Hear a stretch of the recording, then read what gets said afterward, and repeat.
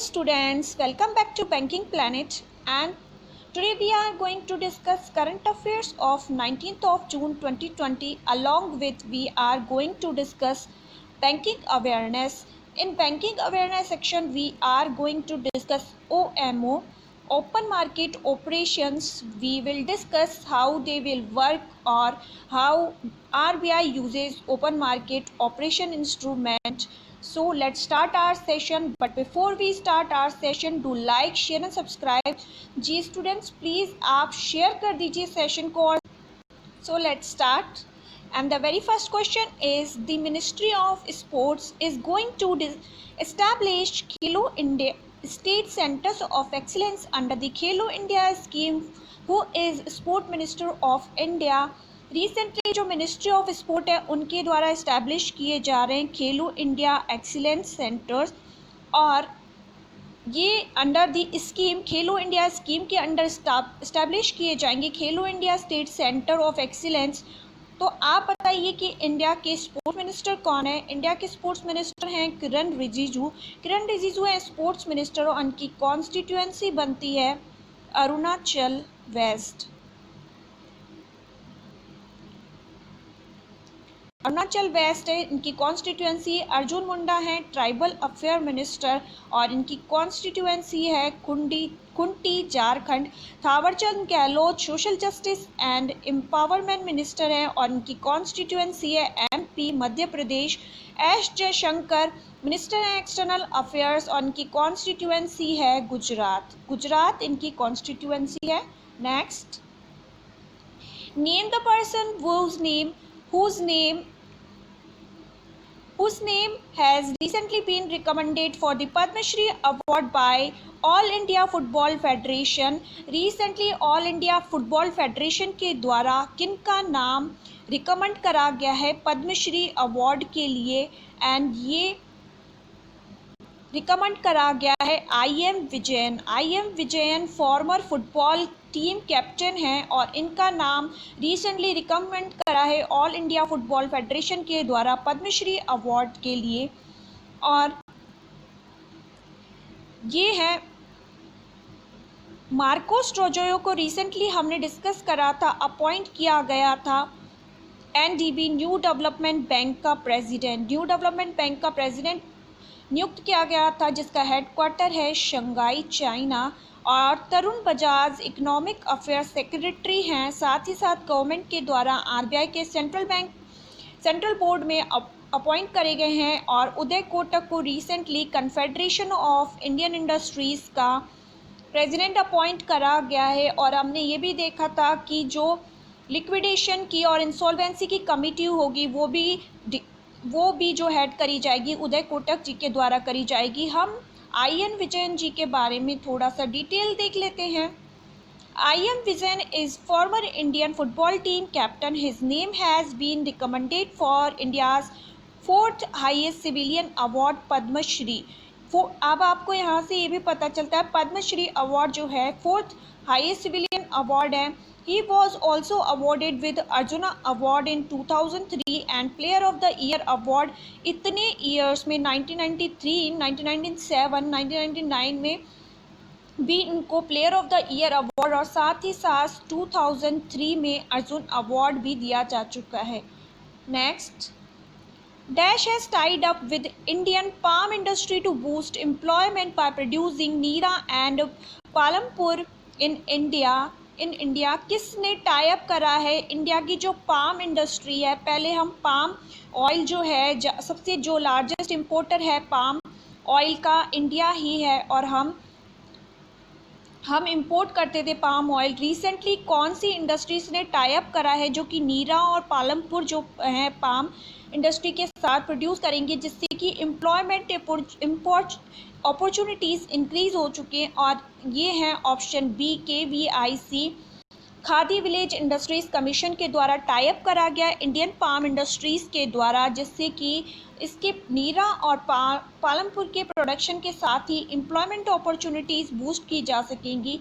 KVIC का headquarter है khadi village industries commission का मुंबई में और इसके एजेंसी एग्जीक्यूटिव हैं विनय कुमार सक्सेना है इसके एजेंसी एग्जीक्यूटिव और नीति आयोग का हेडक्वार्टर है न्यू दिल्ली में और अमिताभ कांत इसके सीईओ हैं।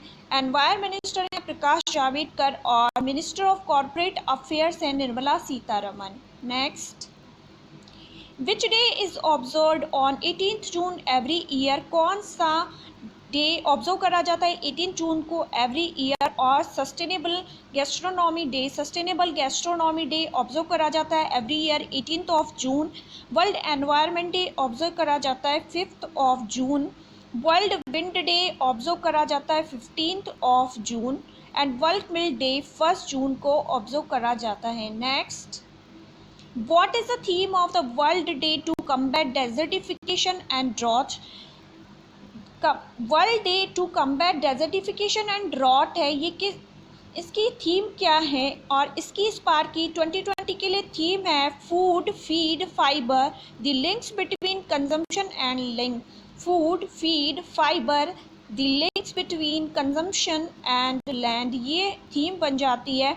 और remittances our life Indian remittances day की थीम है, इंटरनेशनल रेमिटेंसेज डे की थीम है जो कि 16 जून को ऑब्जर्व करा जाता है। सेव ब्लड सेव लाइफ्स की ये थीम है, ब्लड डोनर डे की थीम है और बायोडाइवर्सिटी वर्ल्ड एनवायरनमेंट डे की थीम है। नेक्स्ट, 14 जून को ब्लड डोनर डे ऑब्जर्व करा जाता है और एनवायरनमेंट डे ऑब्जर्व करा जाता है 5 जून को। Which day is observed on 17 जून एनुअली? तो ये world day to combat desertification and drought ही ऑब्जर्व करा जाता है। World day to combat desertification drought observe करा जाता है 17 जून को और जिसकी हमने अभी थीम डिस्कस करी। और तेलंगाना स्टेट टूड डे 2 जून को ऑब्जर्व करा जाता है। वर्ल्ड बाइसाइकिल डे 3 जून को ऑब्जर्व करा जाता है और international day of innocent child victim of aggression 4 जून को ऑब्जर्व करा जाता है। Next, AIIB has approved $1 billion loan to India to combat COVID-19। हाल ही में आसियान इंफ्रास्ट्रक्चर इन्वेस्टमेंट बैंक के द्वारा कितने मिलियन लोन अप्रूव करा गया है कोविड-19 से कम्बैट करने के लिए इंडिया को? And answer is option C, $750 billion $750 million observe करा गया है। और ये सेकंड लोन है, फर्स्ट $500 मिलियन दिया गया था टोटल में से। और हम देख लेते हैं टोटल कितना अप्रूव्ड है। ASEAN infrastructure investment bank approved a loan of $750 million and it is second loan to India under the ASEAN Infrastructure Investment Bank $10 billion. Total 10 billion जो हैं अप्रूव किए गए हैं आसियान इंफ्रास्ट्रक्चर इन्वेस्टमेंट बैंक के द्वारा कोविड-19 जो crisis है इसकी रिकवरी फैसिलिटी के लिए। और उसमें से फर्स्ट टाइम जो दिया था फर्स्ट लोन था 500 मिलियन का और सेकंड है 750 मिलियन का। आसियान इंफ्रास्ट्रक्चर इन्वेस्टमेंट बैंक का हेडक्वार्टर है बीजिंग चाइना। मेंबर्स कंट्री हैं जो 102 हैं और 16 जैन 2016 को इस्टेब्लिश हुआ था ASEAN infrastructure investment bank. Next, Which state government has recently signed an MOU with China's Great Wall Motor Company? हाल ही में कौन सी स्टेट के द्वारा चाइना की जो ग्रेट वॉल मोटर कंपनी है उसके साथ MOU साइन करा गया? और ये महाराष्ट्र ने रिसेंटली साइन करा है चाइना की ग्रेट वॉल मोटर कंपनी के साथ और ये इन्वेस्ट करेगा महाराष्ट्र में और इसीलिए साइन करा गया है MOU। ये जो चाइना की ग्रेट वॉल मोटर कंपनी है ये महाराष्ट्र में इन्वेस्टमेंट करेगा। और कर्नाटका के जो चीफ मिनिस्टर हैं BS येदियुरप्पा हैं और गवर्नर हैं वाजुभाई वाला। आसाम के गवर्नर हैं जगदीश मुखी और चीफ मिनिस्टर हैं सर्बानंद सोनोवाल। राजस्थान के चीफ मिनिस्टर हैं अशोक गहलोत, गवर्नर हैं कलराज मिश्र और महाराष्ट्र के चीफ मिनिस्टर हैं उद्धव ठाकरे और गवर्नर हैं Bhagat Singh Koshyari. Next, Which general insurance company along with UK based tech firm Terpogo Limited has launched India's first of its kind Pay as you fly ये आपको नाम याद रखना है। इंश्योरेंस फॉर ड्रोन्स, जो ड्रोन्स अभी चलाए जा रहे हैं उसके लिए Pay as you fly loan approve insurance scheme launch करी गई है। कौन सी जनरल इंश्योरेंस आपकी टाई अप में यूके बेस्ड टेक फर्म के द्वारा जो टीआर पोगो है, और ये है एचडीएफसी इर्गो के द्वारा रिसेंटली लॉन्च करी गई है pay as you fly. Next, whose tenure has been extended by 1 year as BCCI's ethics officer and ombudsman। हाल ही में ये कंप्यूटर की वजह से रिसेंट में हो गया।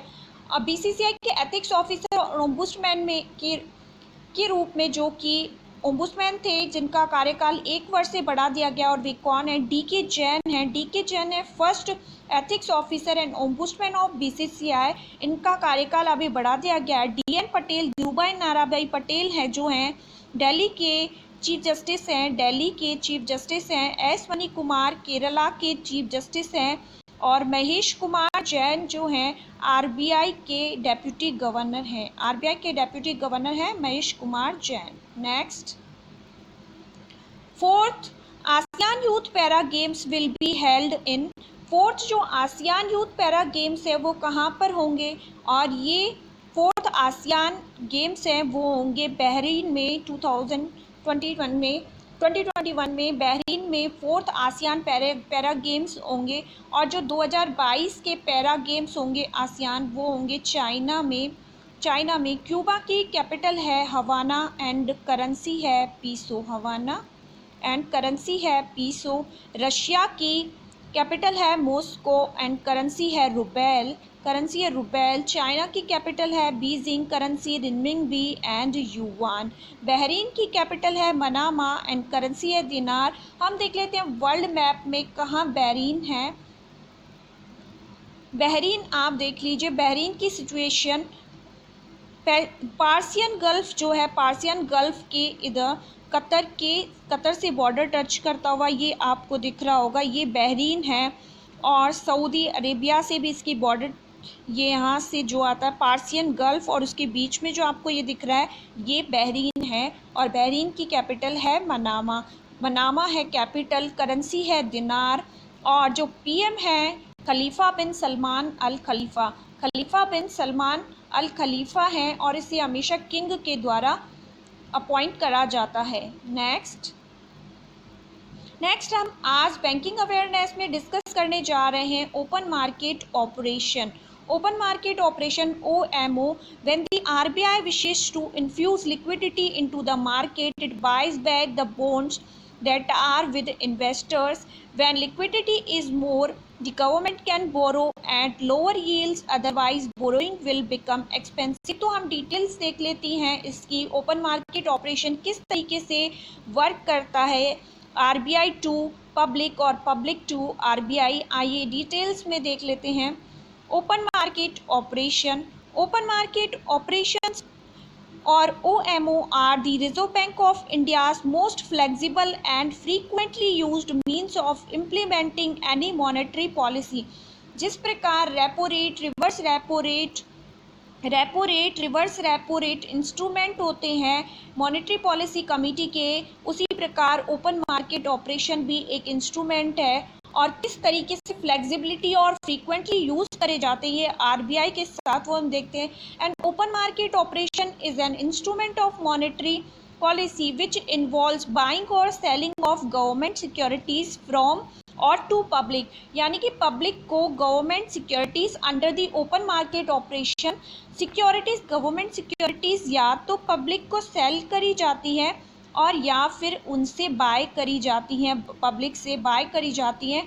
कब ये सेल करी जाती है, कब ये बाय करी जाती हैं? This mechanism influences the reserve position of the bank and yield on the government securities and cost of the bank.